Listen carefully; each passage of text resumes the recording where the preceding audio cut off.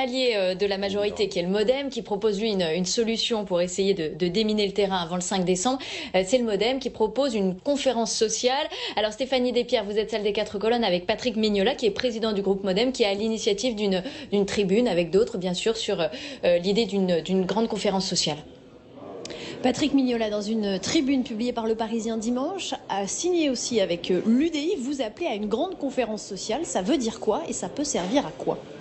Ça veut dire qu'aujourd'hui, il faut répondre à des urgences sociales. On le voit pour l'hôpital, on le voit pour les retraites, on le voit dans plein de secteurs d'activité où les Français attendent des réponses très rapides. Mais plus globalement, on a un très fort sentiment d'inégalité dans le pays. C'est celui qui existait au moment des Gilets jaunes, auquel le gouvernement et le Parlement ont bien répondu, je crois, depuis le mois de décembre dernier. Mais pour autant, le rapport capital-travail dans notre pays, où le capital est beaucoup mieux rémunéré que le travail, et c'est une dérive qu'on connaît avec une forme de dérégulation du capitalisme. Ce rapport-là fait que les Français ont le sentiment que la France peut réussir, mais que quand il y a un peu de richesse dans ce pays, il va plutôt dans certaines mains et pas forcément dans les leurs. Donc vous appelez à une augmentation des salaires. Vous estimez dans votre tribune que le gouvernement a fait sa part en baissant les impôts. Là, vous appelez les entreprises à faire leur part ? Oui, c'est ça. Je vais vous donner un exemple. Il ne s'agit pas de dire à des entreprises qui n'en auraient pas les moyens qu'elles doivent augmenter les salaires. Mais vous voyez, dans la loi Pacte, on a permis la participation et l'intéressement.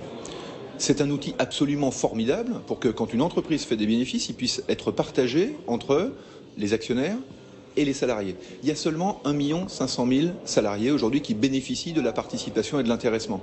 Tous les outils sont là. Le gouvernement les a mis sur la table, le Parlement les a votés.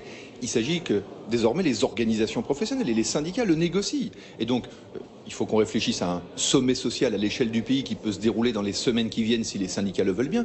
Mais il faut qu'il y ait de multiples sommets sociaux qui se déroulent dans toutes les entreprises pour avoir un meilleur partage des fruits de la croissance. Merci beaucoup pour ces précisions, Patrick Mignola.